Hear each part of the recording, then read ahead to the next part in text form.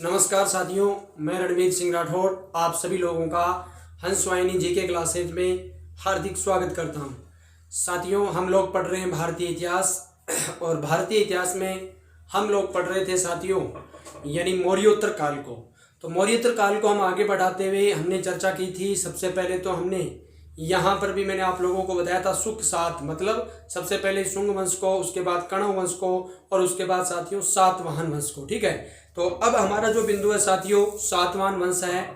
ठीक है, उसको हम शुरू करते हैं। दो वंशों को हमने पूरा कर चुके हैं, यानी सुसीमा यानी अंतिम शासक की वहाँ हमने चर्चा की थी। और यानी अगला सातवाहन वंश का जो शासक है सुसीमा के द्वारा, है ना, सॉरी, अगर अपन बात करें सातवाहन वंश का जो शासक है सिमुक, है ना, उसके द्वारा क्या कर दिया जाता है, यानी कि वहाँ यानी अपन कह सकते हैं एक मौर्य काल के बाद एक और सत्ता की स्थापना की जाती है। सबसे पहले तो शुंग वंश की हमने चर्चा की, उसके बाद हमने शुंग वंश के बाद में हमने जिसको पढ़ा था वो था साथियों कण्व वंश। और कण्व वंश बहुत ही छोटा सा संक्षिप्त था, हमने चर्चा की वासुदेव संस्थापक की। और अब हम चर्चा करते हैं एक और राजवंश की साथियों। गला थोड़ा सा खराब है लेकिन फिर भी मैंने सोचा कक्षा हो जाए क्योंकि गैप हो गया 1-2 दिन का। तो आगे बढ़ाते हैं साथियों, लेते हैं सातवाहन राजवंश को। ठीक है, तो मैं आप लोगों के लिए बेहतर तरीके से तैयार करवाता हूं आपको ये राजवंश। तो भारतीय इतिहास पढ़ रहे हैं, मौर्योत्तर काल पढ़ रहे हैं और मौर्योत्तर काल में हम जिस चीज को पढ़ेंगे साथियों वो है सातवाहन वंश, यानी कि अपना जो बिंदु है वो है सातवाहन वंश, सातवाहन राजवंश कह दो या आप इसे वंश कह दो। ठीक है, बात एक ही है, चाहे से आप सातवाहन राजवंश कह दो या सातवाहन वंश कह दो, इनमें से आप किसी नामों से इनको क्या कर सकते हो, आप लोग जान सकते हो साथियों। ठीक है, तो देखिए सबसे पहले सातवाहन वंश की हम चर्चा करें तो आपके दिमाग में एक चीज तो जरूर आनी चाहिए, और वो क्या होनी चाहिए वो ये नहीं होनी चाहिए कि सातवाहन वंश का जो संस्थापक है वो कौन है। संस्थापक तो आप लोग सभी जानते हो, मैंने ये बार बार बता दिया आपको भूलना ही नहीं। सिमुक सातवाहन वंश का जो संस्थापक है साथियों उसका नाम क्या है भैया, सिमुक है। ठीक है, एक बात तो ये जान ली। दूसरी बात ये जाननी है कि सातवाहन वंश के बारे में, यानी इस वंश का जो मूल स्थान था वो कहाँ था। मूल स्थान, अगर मूल स्थान की चर्चा करें तो यहाँ बहुत बेहतरीन बात ध्यान रखनी होगी आपको। मूल स्थान के अंदर यानी ये कहाँ के थे साथियों, ये थे आंध्र प्रदेश के। ठीक है, आंध्र प्रदेश जो क्षेत्र था ये इनका मूल स्थान था। अलग अलग विद्वानों ने अलग अलग तथ्य निकालते हुए आखिरकार यही कहा, तो ये आंध्र प्रदेश साथियों इनका क्या था, मूल स्थान था। ठीक है, ये बहुत ही महत्वपूर्ण है। अगर इनके मूल राजधानी की चर्चा करें तो राजधानी की चर्चा हम करें तो यहाँ पर एक तथ्य मिलेगा आपको,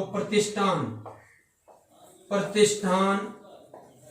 ठीक है, प्रतिष्ठान जो शब्द है वो आप लोगों को यहाँ पर मिलेगा। और प्रतिष्ठान ये कहाँ पर है, ये भी आपका आंध्र प्रदेश में ही है, आंध्र प्रदेश में। ठीक है, तो ये बात ध्यान रखना बहुत ही महत्वपूर्ण है। इनकी क्या है, राजधानी थी आरंभिक में। सातवाहन वंश की चर्चा हम लोग कर रहे हैं साथियों। ठीक है, कुछ यहाँ के इंपॉर्टेंट तथ्यों को हम लोग पढ़ेंगे, है ना।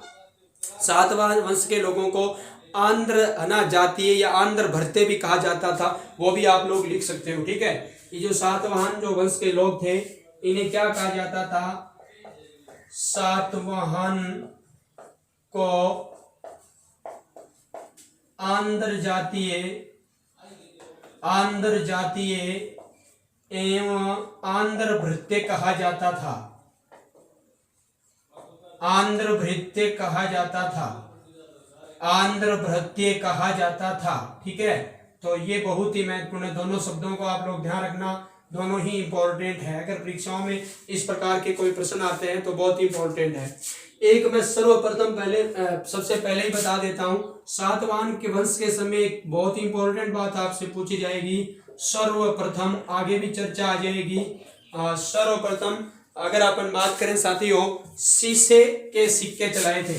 सर्वप्रथम ध्यान रखना, सर्वप्रथम शीशे के सिक्के पूछा जा सकता है। सर्वप्रथम शीशे शीशे के सिक्के साथियों सर्वप्रथम, ठीक है, बहुत ही इंपॉर्टेंट बात है, आप लोग याद करना। शीशे के सिक्के इन्हीं के द्वारा चलाए जाते हैं भैया सर्वप्रथम, ठीक है। तो ये मतलब सबसे महत्वपूर्ण बात है, सर्वप्रथम शीशे के सिक्के चलाए गए, वो इन्हीं के द्वारा चलाए गए साथियों, ठीक है, चलाए, है ना। सर्वप्रथम शीशे के सिक्के चलाए, वो किसने चलाए साथियों? सातवाहन वंश ने चलाए थे, ठीक है। तो ये इनकी आरंभिक बात हम लोग पढ़ रहे हैं, बहुत ही महत्वपूर्ण है साथियों। अब मैं एक चीज बता देता हूं, जो नासिक प्रशस्ति है, एक प्रशस्ति है जिसका नाम है नासिक प्रशस्ति, उसमें इसे ब्राह्मण कहा गया है, ठीक है। पहली बात तो ये है। दूसरी बात एक और इम्पोर्टेंट है, हाँ, नासिक प्रशस्ति लेखों में और हेमचंद्र राय चौधरी के अनुसार इसे क्या कहा गया है? ब्राह्मण कहा गया है। तो मोटे मोटे हम लोग ये कह सकते हैं कि ये भी क्या थे साथियों? ब्राह्मण थे, ठीक है। हाँ, ये भी क्या थे? ब्राह्मण थे। तो दो तीन शब्द है, लिखो तो लिख लो, हेमचंद्र राय चौधरी, और एक अपना था साथियों मैंने कहा, यानी कि नासिक जो प्रशस्ति है उसमें, और कुछ इनके लेखों के अंदर भी, ठीक है। तो ये चीज भी आप लोग लिख सकते हो। हेमचंद्र राय चौधरी जो कि इतिहासकार है, और एक नासिक जो प्रशस्ति है, नासिक लेख कहोगे आप लोग, नासिक का लेख, ठीक है। और कुछ स्वयं के लेखों में भी, है ना, अन्य लेख भी मिलते हैं। तो नासिक प्रशस्ति कह सकते हो, या लेखों में इन्हें क्या कहा गया साथियों? ब्राह्मण कहा गया है। क्या कहा गया है? ब्राह्मण कहा गया है, ठीक है। ये बात ध्यान रखना, बहुत ही इंपॉर्टेंट है। किसको? सातवाहनों को, ठीक है, बहुत ही इंपॉर्टेंट है। अब इसका संस्थापक यहाँ पर मैंने शिवमुख लिख दिया, जो कि सबसे इंपॉर्टेंट बात थी और सबसे महत्वपूर्ण थी। एक मैं चर्चा करूंगा साथियों, सातवाहन वंश जैसे भी आए तो यहाँ पर एक चर्चा मिलेगी, ये मातृसत्तात्मक था, मातृसत्तात्मक, ठीक है, ध्यान रखना, बहुत इंपॉर्टेंट है। ये क्यों था मातृसत्तात्मक? क्योंकि यहाँ के शासक अपने नाम के पहले अपनी माता का नाम लगाते थे साथियों, ठीक है, अपने नाम के पहले माता का नाम जोड़ते थे। गौतमी पुत्र, सातकर्णी, आगे करेंगे वशिष्ठी पुत्र, ठीक है, सब चर्चा करेंगे। तो पहले माता का नाम लगाते थे। इस कारण ये एक तथ्य है कि ये मातृसत्तात्मक था, ठीक है। यह सातवाहन जो वंश था, पीछे हमने चर्चा की पितृसत्तात्मक, पितृप्रधान, ठीक है। तो वो बात थी। तो अब ये वाली बात मैंने आपको बता दी है सातवाहन वंश के बारे में। एक बार आप फटाफट रिवाइज कीजिए, तब तक मैं थोड़ा सा इसे दुरुस्त करता हूँ मार्कर को।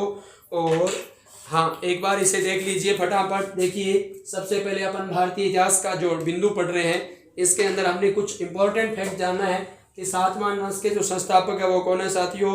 शिवमुख है। इन्हें क्या कहा जाता है? आंध्र, है ना, बहुत इंपॉर्टेंट बात मैंने आप लोगों को बताई है कि इन्हें ही कहा जाता है आंध्र जातीय, और इन्हें ही क्या कहा जाता है साथियों? आंध्र भृत्य, ठीक है।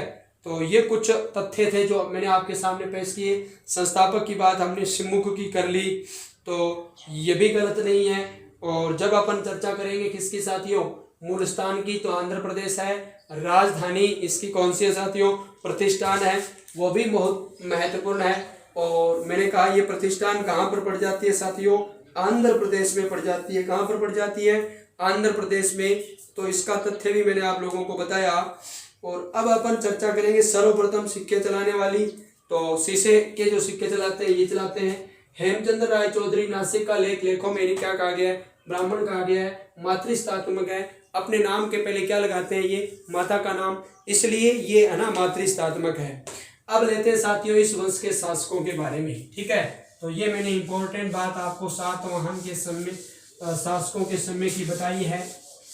सामान्य परिचय अगर अपन कहें इनका, तो ये 5 मिनट का है। यहाँ से ही प्रश्न आ जाते हैं कई बार, तो आगे जाने की आवश्यकता ही नहीं है, ठीक है। लेकिन फिर भी आगे चलते हैं। सातवाहन राजवंश का अगर प्रथम शासक की चर्चा करें तो बताने की अब कोई आवश्यकता नहीं बची है। कौन है साथियों? शिवमुख, जिसे क्या कहा जाता है? संस्थापक कहा जाता है, ठीक है, संस्थापक। इसके बाद जो शासक हुआ, देखो शिवमुख के बारे में इतनी बात मिलेगी आप लोगों को, है ना, उसका अहमात्य था सुसीमा, हमने चर्चा की थी। सुसीमा या सुस्मी शब्द का सुशर्मा, इस प्रकार के 3 नाम मिलते हैं। कण्व वंश का जो शासक था अंतिम, उसको 4 थे, उनके हमने चर्चा कर ली थी। तो अंतिम शासक को हरा करके इसने क्या कर लिया, यानी भारत के अंदर एक प्रभुत्व है ना, एक राजवंश की स्थापना कर ली। उसका नाम था साथियों सातवाहन। कौन सा राजवंश था भैया? सातवाहन। हम लोग पढ़ रहे हैं, हमारे पास जो राजवंश है वो कौन सा है? सातवाहन राजवंश। ठीक है, इसी राजवंश का जो हमने प्रथम शासक पढ़ा साथियों सिमुख, जो कि संस्थापक था। ज्यादा कुछ जानकारी नहीं मिलेगी। इसके पुत्र का एक उल्लेख मिलेगा साथियों, एक इसके पुत्र का उल्लेख मिलेगा, सातकर्णी प्रथम, जो बहुत इंपॉर्टेंट है। इतना ही ध्यान रख लेना, इसका पुत्र सातकर्णी प्रथम, सातकर्णी प्रथम बहुत महत्वपूर्ण है। अभी यहां से ये कहानी चली जाएगी। अगला शासक ये होगा, बीच में एक इसका भाई भी शासन करता है, कहते हैं भाई था जिसका नाम था कर्ण। ठीक है, तो ये भाई कर्ण भी कहते हैं कि ये भी 18 वर्ष तक शासन करता है, कुछ लोग कहते हैं। ठीक है, तो आप लोग थोड़ा सा ध्यान रखना, नाम याद रखना कि भाई, उसके बाद इसका पुत्र हो गया सातकर्णी प्रथम। तो अगला शासक साथियों आपका कौन सा हो जाएगा? सातकर्णी प्रथम। जैसे ही सातकर्णी प्रथम का नाम आया तो ध्यान रखना, सातवाहन वंश तो चल रहा है, बार बार इसको लिखने की आवश्यकता नहीं है। प्रारंभ के शासकों में सर्वाधिक शक्तिशाली शासक, सर्वाधिक शक्तिशाली शासक आपका कौन सा था? सातकर्णी था भैया, सातकर्णी प्रथम। सातकर्णी और भी आएंगे, लेकिन ये सीधा डायरेक्ट सातकर्णी प्रथम बताया है। तो आरंभ के शासकों में ये सर्वाधिक साथियों क्या था? शक्तिशाली था, महान था, इस प्रकार के नाम मिलेंगे। अब मैं कुछ तथ्य आप लोगों के लिए नोट करके लाया हूं, ताकि आपकी जो चीज क्रमबद्ध हो सके। ठीक है, तो देखिए सातकर्णी प्रथम के बारे में कुछ तथ्य है, वो हम ले लेते हैं साथियों। एक तो मैंने ये बता दिया, प्रारंभिक शासकों में सर्वाधिक शक्तिशाली था। अगर ये शब्द भी आ जाए महान, तो भी ध्यान रखना, याद रह जाएगा। अब देखिए सातकर्णी प्रथम के बारे में, एक तो ये है ना कूटनीति बनाता है, वैवाहिक कूटनीति, वैवाहिक कूटनीति होती है इनकी। वैवाहिक अगर अपन बात करें साथियों कूटनीति की, तो ये इसके तहत क्या करता है? अपने साम्राज्य का विस्तार करता है भाई, साम्राज्य विस्तार। क्या करता है? साम्राज्य विस्तार। वैवाहिक कूटनीति, साम्राज्य विस्तार, साम्राज्य विस्तार बहुत ही महत्वपूर्ण है। अब आपसे पूछा जाएगा कि क्या ये साम्राज्य विस्तार कहां कहां तक ले गया था ये, तो थोड़ा सा मैं आप लोगों को इसी प्रकार बता देता हूं।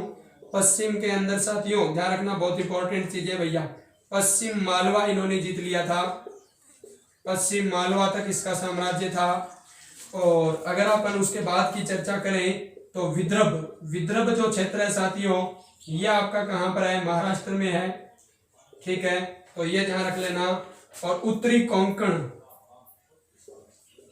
उत्तरी कोंकण का क्षेत्र, और एक क्षेत्र और याद कर लेना, गुजरात का क्षेत्र भी इसने जीत लिया था। ठीक है, तो इतने बड़े साम्राज्य का ये क्या बन गया था साथियों? कोंकण, यानी मालिक बन गया था। कौन? अपन सातकर्णी प्रथम की चर्चा कर रहे हैं। ठीक है, हाँ, इसने कुछ उपाधियां भी धारण की थी, अगर अपन चर्चा करें तो साथियों। ठीक है, हाँ, दक्षिणापति, इसे दक्षिणापथपति कहा जाता था, दक्षिणापथपति। और एक अप्रहति चक्र। ठीक है, एक ऐसा शब्द मिलेगा अप्रतिहक चक्र। ठीक है, अप्रतिहक चक्र, अप्रतिहक चक्र। और एक मैंने आपको बताया दक्षिण पथपति, दक्षिण पथपति। ठीक है, ये दोनों की दोनों साथियों इसकी क्या है? उपाधियां हैं। क्या है भाई? उपाधियां हैं, ये लीजिए उपाधियां। ठीक है, तो इन उपाधियों को भी आप क्या करना, साथ साथ में याद करना। अब एक बहुत ही इंपॉर्टेंट बात सातकर्णी की याद रखनी है आपको, क्या? प्रतिष्ठान को राजधानी इसी ने बनाया था, प्रतिष्ठान को राजधानी को राजधानी बनाया। ये लीजिए, प्रतिष्ठान को क्या बना दिया इसने, राजधानी बनाया था अपनी, बहुत ही महत्वपूर्ण है। और वर्तमान अगर अपन चर्चा करें, पैठण महाराष्ट्र का ये क्षेत्र है, पैठण, इसके लिए एक शब्द काम ले सकते हो आप लोग, पैठण। और पैठण कहाँ पर है, अमच, अमच का मतलब महाराष्ट्र, ठीक है। तो ये बात ध्यान रखना। तो यह था सातकर्णी प्रथम, इसके बारे में आपको केवल इतनी सी थोड़ी सी जानकारी रखनी है, ठीक है। एक जैसे ये वैवाहिक नीति आपकी लिखी, नागनिका नामक राजकुमारी से इसने विवाह किया था। तो वैवाहिक कूटनीति के तहत नागनिका के साथ विवाह, नागनिका के साथ विवाह। कोई इतनी ज्यादा तो नहीं पूछेगा, लेकिन फिर भी आप अगर थोड़ा सा नाम याद होता है, बाय द वे कहीं परीक्षा में पूछा जा सकता है, ठीक है। हाँ, महारठिया शब्द का उल्लेख मिलता है, महारठियों की राजकुमारी थी ये नागनिका, ठीक है। तो ये था साथियों आपका गौतमी पुत्र, सबसे पहले हमने पढ़ा है सातकर्णी प्रथम। किसको पढ़ा है, सातकर्णी प्रथम को। तो ये आपका आरंभिक शासक, हम लोग इसके बारे में चर्चा कर सकते हैं। चलिए अब आगे चलते हैं, बहुत ही महत्वपूर्ण साथियों। सातकर्णी प्रथम के बाद में जिस व्यक्ति का उल्लेख मिलता है वो तो और ही महत्वपूर्ण है। सिमुख की चर्चा हमने कर ली है, सातकर्णी प्रथम के बारे में चर्चा की है। अब एक व्यक्ति का मैं नाम ले रहा हूं जो कि बहुत महत्वपूर्ण है और आप उसको जानते भी हो और सुना हुआ भी है कहीं, ठीक है। और वो एक महान विद्वान है साथियों, जिसका नाम है हाल। अब ये लीजिए, आप कहोगे नहीं साहब हमने तो सर खेत में सुना है हाल, ठीक है, हल की होती है वो हाल होती है, लेकिन ये नहीं। या फिर हाल चाल क्या है ये सुना होगा आपने, लेकिन बात ये नहीं है। बात यहाँ है, हाल नामक एक साथियों बहुत बड़ा विद्वान हुआ है, अपन उसी की चर्चा कर रहे हैं। ये शासक है कहाँ का शासक का, किस वंश का, सातवाहन वंश का है हाल, ठीक है। अब पूछा जा सकता है, तो एक तो साथियों ये स्वयं क्या था, विद्वान, और एवं विद्वानों का आश्रयदाता, आश्रयदाता, स्वयं विद्वान और विद्वानों का क्या, आश्रयदाता। तो अब हमें ये तो पता चल गया स्वयं विद्वान है तो कुछ लिखेगा और कुछ इसके दरबार में विद्वान होंगे, तो ठीक है। तो इसकी खुद की जो रचना है, खुद का जो ग्रंथ है, पुस्तक है, उसका नाम क्या साथियों, देखिए बात कर रहे हैं हाल की, स्वयं विद्वान था, इसने लिखा गाथा सप्तशती। गाथा सप्तशती बहुत इंपॉर्टेंट है, बार बार परीक्षाओं में ये चीजें पूछी जाती है ना, कहीं ना कहीं आ जाती है, चाहे किसी भी एग्जाम में हो, लेकिन हम इन पर ध्यान नहीं देते और आखिरकार क्या हो जाते हैं, हम असफल हो जाते हैं। लेकिन हमें ऐसा नहीं करना, ठीक है। तो गाथा सप्तशती ध्यान रखना साथियों। और ये बिल्कुल ही आम बोलचाल की भाषा में थी, यानी प्राकृत की भाषा उस समय ये मानी जाती थी। तो प्राकृत की भाषा यानी प्राकृत भाषा में ये लिखा गया है, गाथा सप्तशती हाल की रचना है, जो कि एक स्वयं शासक भी है, कहाँ का, सातवाहन वंश का, और इसके दरबार में विद्वान भी रहते हैं। उन विद्वानों में एक नाम जरूर मेरे दिमाग में जल्दी से आ रहा है, वह है गुणाढ्य, गुणाढ्य। और साथियों इस गुणाढ्य की रचना अगर आपसे कोई पूछे ना तो लिख देना व्रत, व्रत कथा मंजरी, व्रत कथा मंजरी। ये लीजिए गुणाढ्य की रचना साथियों बहुत ही महत्वपूर्ण है। यहाँ पर थोड़ी सी ध्यान रखना, व्रत कथा मंजरी नहीं लिखना है, केवल व्रत कथा ही है, गुणाढ्य की रचना व्रत कथा है, ठीक है। आप सीधा याद कर लेना, मंजरी ऐसे दिमाग में आ गया कुछ और, ठीक है। तो ये देख लेना, गुणाढ्य रचना कौन सी है साथियों, व्रत कथा है। एक और ना यहाँ पर विद्वान का उल्लेख मिलता है साथियों, सर्ववर्मन नामक एक विद्वान का उल्लेख मिलता है, जो लिखता है का सूत्र। क्या लिखता है, का सूत्र, ठीक है। सर्ववर्मन नामक एक विद्वान और होता है, सर्ववर्मन, कई जगह इसी का नाम सर्वकामिक भी मिलता है, सर्ववर्मन। और ये क्या लिखता है, का सूत्र, का सूत्र ये भैया काम सूत्र नहीं है, ठीक है। तो ये ध्यान रखना, सर्ववर्मन के द्वारा क्या लिखा जाता है साथियों, का सूत्र लिखा जाता है, ठीक है।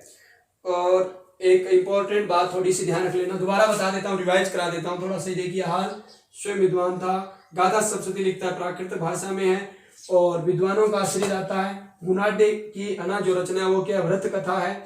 और सर्ववर्मन की का सूत्र अरे सॉरी का मंत्र है, ठीक है।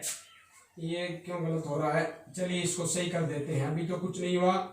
ये लीजिए का मंत्र, ठीक है, का मंत्र है, ठीक है, सूत्र नहीं है। ओके, तो ये हो गया आपकी दोनों रचनाएं सही भी और आपको याद भी होगी। तो हाल के बारे में साथियों हम इतनी बात है ना जो हमें याद करनी है वो बहुत ही महत्वपूर्ण है। किसके बारे में? हाल के बारे में। तो हम एक सातवां शासक और पढ़ चुके हैं साथियों, जिसका नाम क्या है? हाल है।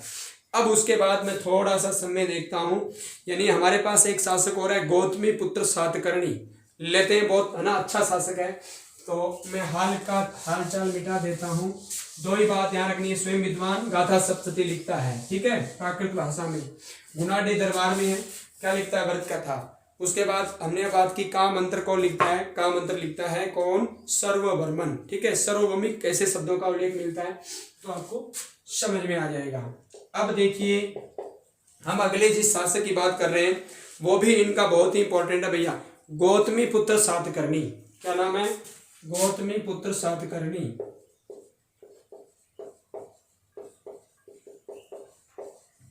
गौतमी पुत्र सातकर्णी, ये शब्द आपको बार बार मिलेगा। तो ये भी गौतमी पुत्र सातकर्णी, कहने का मतलब ये गौतमी लगाते हैं अपने नाम से पहले, ठीक है, अपनी माता पिता इत्यादि का नाम का उल्लेख मिलता है। अब अपन गौतमी पुत्र सातकर्णी की चर्चा करें तो एक इंपॉर्टेंट शासक है साथियों, इसको ले लेते हैं, ठीक है। सबसे शक्तिशाली शासक यही था, एक चीज तो ये ध्यान रखना, ठीक है, लिख लो यहां पर, सबसे शक्तिशाली शासक, सबसे शक्तिशाली शासक, यानी इस वंश का आरंभिक में मैंने वो बता दिया था, ठीक है, ये सर्वाधिक शक्तिशाली शासक था भाई, है ना। अगर इसके समय की बात करें तो 106 से लेकर के 130 ईस्वी आ गया भैया, ध्यान रखना, 106 से 130। इसका मतलब अब बढ़ रहा है, इसका मतलब अब ये एडी है, अब ये बीसी नहीं है, ये थोड़ा ध्यान रख लेना, ठीक है। इसके पिता का नाम मिलता है शिव स्वाति, पिता का नाम मिलता है शिव स्वाति, और कहते हैं कि माता का नाम गौतमी पुत्र, है ना, गौतमी भी होता है, और विशेषकर एक नाम मिलता है इस माता का, ध्यान रखना, बलश्री, माता का नाम मिलता है बलश्री भी मिलता है, ये बात ध्यान रखना, इसकी माता का नाम। स्वयं के 3 अभिलेख है, एक चीज ये ध्यान रखना बहुत महत्वपूर्ण है, स्वयं के 3 लेख है, 3 लेख, ठीक है। 2 लेख तो मैंने आपको बता भी चुका हूं, 2 लेख तो है, 2 तो प्रयाग में है भैया, प्रयाग में, इसके 2 तो कहां पर है?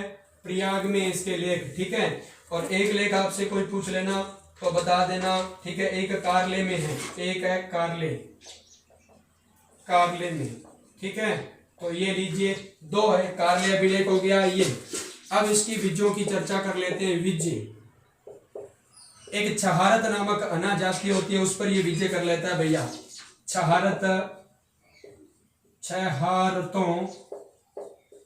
छहारतों और साथ साथ में नहपान एवं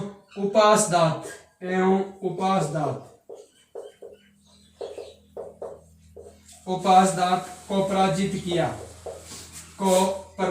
किया।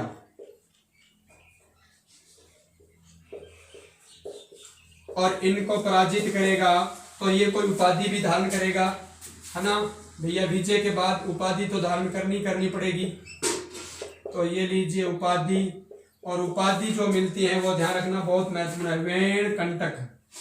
इन्होंने जो उपाधि धारण की उस उपाधि का नाम था वेणकंटक,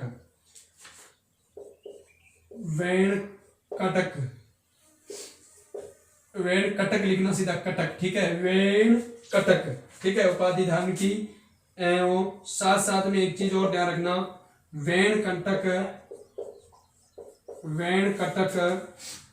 नामक नगर की स्थापना भी की, नगर की स्थापना, ठीक है। तो ये इंपॉर्टेंट बात है। और साथ साथ में एक अच्छा और चीज याद रखना साथियों, अगर अपन इसके समय की चर्चा करें तो इसे कहा जाता था, है ना, इसकी जो प्रशस्ति थी ना, इसकी खुद की जो प्रशस्तियां थी, यानी लेख थे इनके, अपन कहेंगे प्रशस्ति, प्रयाग प्रशस्ति का नाम आता है, ठीक है, थोड़ा ध्यान रखना, एक ही बात है। इनकी जो प्रशस्ति थी ना उसमें इसे कहा जाता था क्या, वेदों का इसने क्या दिया था, आश्रय, वेदों का इसने आश्रय लिया था, वेदों का आश्रय। और साथ साथ में ये भी कहा जाता था, क्या कहा जाता था, इंपॉर्टेंट बात है कि इसे अद्वितीय ब्राह्मण भी कहा जाता था, अद्वितीय ब्राह्मण, अद्वितीय ब्राह्मण भी कहा जाता था, ठीक है, तो ये ध्यान रखना। अब मैं एक इंपॉर्टेंट बात इसके समय की आपको और बता देता हूं। कहते हैं कि इसके जो घोड़े हैं 3 समुद्रों को, इस प्रकार की बात प्रचलित है कि गौतमी पुत्र जो सातकर्णी है ना, इसके घोड़े है ना 3 समुद्रों के पानी पीते थे, इसके घोड़े 3 समुद्रों के पानी पीते थे, का पानी पीते थे। इससे क्या मतलब समझा, एक घोड़ा जाकर के 3 समुद्रों में पानी नहीं पिएगा, तो बात यह है कि मतलब इसका साम्राज्य इतना विस्तार था कि ये 3 मतलब तीनों और जो महाद्वीप या हमारे जो भारत की आकृति घिरी हुई होती है, आपको पता है, उस प्रकार तीनों को जो ना नीचे वाला दक्षिण भारत था वहां तो पूरा पूरा इसका क्या था, अधिकार। तो ये जो 3 समुद्र का जो उल्लेख है ना, इसका सीधा सीधा इशारा किस ओर है, आपको पता है क्या, इसका सीधा सीधा इशारा है अरब सागर, अरब सागर, हिंद महासागर और साथ साथ में हिंद महासागर, और फिर क्या बच गया, बंगाल की खाड़ी, बे ऑफ बंगाल, ये लीजिए, ठीक है। तो कहने का तात्पर्य क्या हुआ, इन 3 समुद्रों तक इसका क्या था, अधिकार था। तो ये था साथियों गौतमी पुत्र सातकर्णी। एक बार मैं इसे रिवाइज करवा देता हूं ताकि आपको याद रह जाए, कोई दिक्कत नहीं हो। गौतमी पुत्र सातकर्णी सबसे शक्तिशाली शासक है, 106 से लेकर 130 इसका टाइम पीरियड भी मिलता है। और पिता शिव स्वाति, माता का नाम श्री गौतमी भी नाम मिलता है। तो गौतमी पुत्र सातकर्णी, मातृस्थात्मक व्यवस्था थी, स्वयं 3 लेख इसके खुद के, 2 प्रयाग प्रशस्ति या प्रयाग के लेख, एक कार्ले का जो लेख मिलता है। और उपाधि की चर्चा हमने यहाँ पर की, विजय इसने की 6 रथों के ऊपर, नयपान व उपास दत्त को पराजित कर दिया था इसने, है ना। 4 रथों एक जाति थी, 4 रथ और 6 रथ, 6 रथों लिख लेना आप लोग, हाँ ठीक है। और नयपान एवं उपास दत्त को पराजित इसने किया। और साथ में मैंने ये बताया उपाधि वैन कंटक एवं वैन कंटक नामक उपाधि भी तो इसने ये धारण कर ली थी इस नाम से। और साथ साथ में इसी नाम का एक किसने क्या नगर भी बसा दिया। और साथ साथ में प्रशस्ति, वेदों का आश्रय व आदित्य, है ना, अद्वितीय ब्राह्मण इसे कहा जाता था। और इसके घोड़े 3 समुद्रों का पानी क्या करते थे, पीते थे। और अरब सागर, हिंद महासागर और बंगाल की खाड़ी इसकी, है ना, मतलब इसके घोड़े पानी पीते थे, ये 3 सागर था। तो साथियों ये इंपॉर्टेंट बात थी, हमें पढ़ना था किसके बारे में, गौतमी पुत्र, है ना, एक तरीके से सातकर्णी के बारे में सबसे इंपॉर्टेंट बातें थी, मैंने आप लोगों को सार रूप में दे दी। अब एक छोटी सी क्लास में और लूँगा क्योंकि समय कम है, अभी हम करण जीके की क्लास भी शुरू करने वाले हैं। तो उसके बाद में जैसे ही थोड़ा समय रहेगा तो मैं आप लोगों के लिए एक छोटी सी क्लास, इस वंश के बारे में थोड़ी सी जानकारियाँ और है वो भी मैं आप लोगों को, कुछ एक शासक और हैं छोटे बड़े, उनके ऊपर बात करेंगे, है ना। वशिष्ठी पुत्र पुलमावी की बात करेंगे, ठीक है, यज्ञ श्री सातकर्णी की बात करेंगे, ठीक है। तो उन शासकों की बात करते हुए ये बस अपना समाप्त हो जाएगा। अब साथियों मुझे इजाज़त दीजिए। जय हिंद जय भारत। आवाज़ में थोड़ी समस्या थी लेकिन फिर भी आपको सुनाई दे देगा। थैंक्स। जय हिंद जय भारत, जय हिंद की सेना।